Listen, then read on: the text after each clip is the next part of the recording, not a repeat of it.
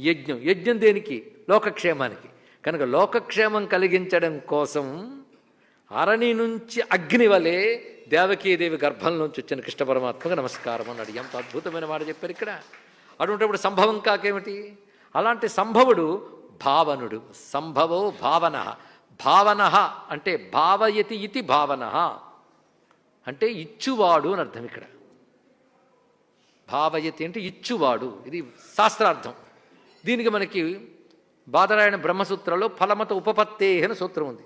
అంటే సర్వజీవులకి కర్మఫలములు ఇచ్చేవాడు ఆయనే, అందరికి ఇచ్చేవాడు ఈశ్వరుడు. ఇది గుర్తుపెట్టుకోండి. ప్రతివాడికి ఇచ్చేవాడు ఆయనే. కర్మ చేయడం మనకే మన పని.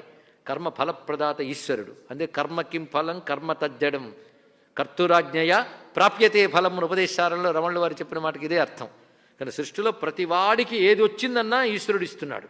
అందుకే మన సామెత ఉంది, ఈశ్వరుడు ఇవ్వాలి ఇల్లు నిండాలి. సుఖమే కాదు దుఃఖం కూడా వాడి కర్మలకు అనుగుణంగా ఇచ్చేవాడు. కర్మఫలప్రదాత కనుక భావయతి ఇది భావన, ఇచ్చేవాడు కర్మఫలప్రదాత, ఇది అర్థం ఇక్కడ. రెండవది భావయతి ఉజ్జీవయతి ఇది భావన. ఆయన సంభవములు దేనికి తీసుకొస్తున్నాడంటే భావనుడు గనక అన్నారు ఇక్కడ.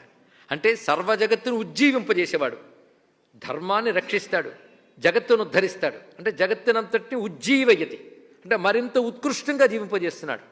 సర్వజగత్తుని ఉత్కృష్టముగా వర్ధిల్లజేసేవాడిని భావనుడు అనాలి. భావనుడు అంటే సర్వజగత్తుకి ఉత్కృష్ట స్థితిని కలిగించువాడు, ఇది అర్థం. ఇప్పుడు సంభవ పక్క భావన ఉండగానే అర్థమైపోయింది. ఎందుకు సంభవించావయ్యా నువ్వు అంటే జగత్తును ఉజ్జీవింపజేయడానికి వచ్చానయ్యా అన్నాడు ఇక్కడ. అలా వచ్చినటువంటి వాడు అని చెప్తూ భర్త. అసలు ఆయనకి అవతరించవలసిన అవసరం ఏమొచ్చింది? అందరిని ఉద్ధరించవలసిన అవసరం ఏమొచ్చింది? అందరికీ ఇవ్వవలసిన అవసరం ఎందుకు వచ్చిందంటే భర్త గనక అన్నాడు ఇక్కడ. గతిర్భర్త ప్రభు సాక్షి అని భగవద్గీతలో చదువుకుంటున్నాం. ఇక్కడ భర్త అంటే పోషించువాడు. బిభర్తి పుష్ణాతీతి భర్త, సర్వజగత్తుని పోషించేవాడు ఆయన.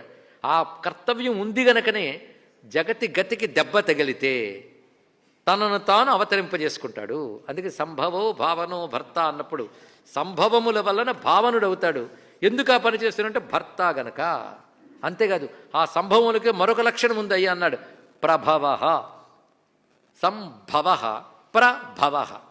సం అనేది అక్కడ ఉపసర్గ, ప్ర అనేది ఇక్కడ ఉపసర్గ, భవ అనేది. భవ అంటే ఏం చెప్పుకున్నాం? శ్రద్ధగా వినాలి. కలుగువాడు, ఉండువాడు.